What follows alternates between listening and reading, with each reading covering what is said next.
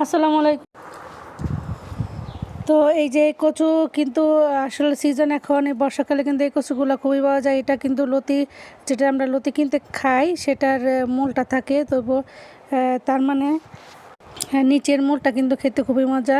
তো কচু সব কিছু খাওয়া যায়, পাতা খাওয়া যায়, ডাঁটা খাওয়া যায়। ডাঁটাগুলো আজকে যেটা এনেছে সেটা হচ্ছে কালো কচু লতি। সে খাওয়ার শেষে কিন্তু ওই যে মূলটা থাকে সেটা দিয়ে কিন্তু খেতে খুবই ভালো লাগে। তো এই বর্ষাকালে এই কচু এই সিজনে অ্যাভেলেবেল পাওয়া যায়। তো এই কচু দিয়ে যদি ইলিশ মাছ দিয়ে ঝোল না খাওয়া হয় তাহলে কি এটা বর্ষাকাল হলো? তো চলুন আসলে রান্না করে যাই। এই কথা বলতে বলতে দেখেন আমি রান্না করে নিচ্ছি, মাছগুলো ভেজে নিয়েছি। এখন এই যে তরকারির কড়াইয়ে তেল দিয়ে পেঁয়াজগুলো কুচি কুচি করে কেটে নিয়ে তো এটা কিন্তু মশলা কষাচ্ছি। তো কথা বলতে বলতে কিন্তু এদিকে রান্না হয়ে যাচ্ছে। তারপর কচুগুলো দিয়ে দিলাম। কচুগুলো কিন্তু একদম ধুয়ে ঝরঝরা করে রেখেছিলাম, যেটা আগেই ভিডিও শুরুতেই দেখতে পাচ্ছিলেন।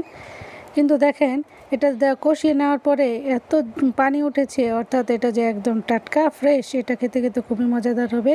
এবং সেই পানি দিয়ে কিন্তু কষাতে কষাতে এত ঝোল উঠেছে এবং সেই ঝোলে কিন্তু কচুটা একদম সিদ্ধ হয়ে একের মোমের মতো গলে গিয়েছে।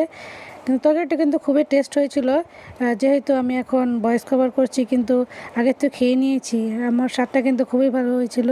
তো তারপর মাছ দিয়ে ঝোল দিয়ে যে দেখেন কত সুন্দর একটা তরকারি হয়েছে। ধন্যবাদ সকলকে আমার পাশেই থাকার জন্য।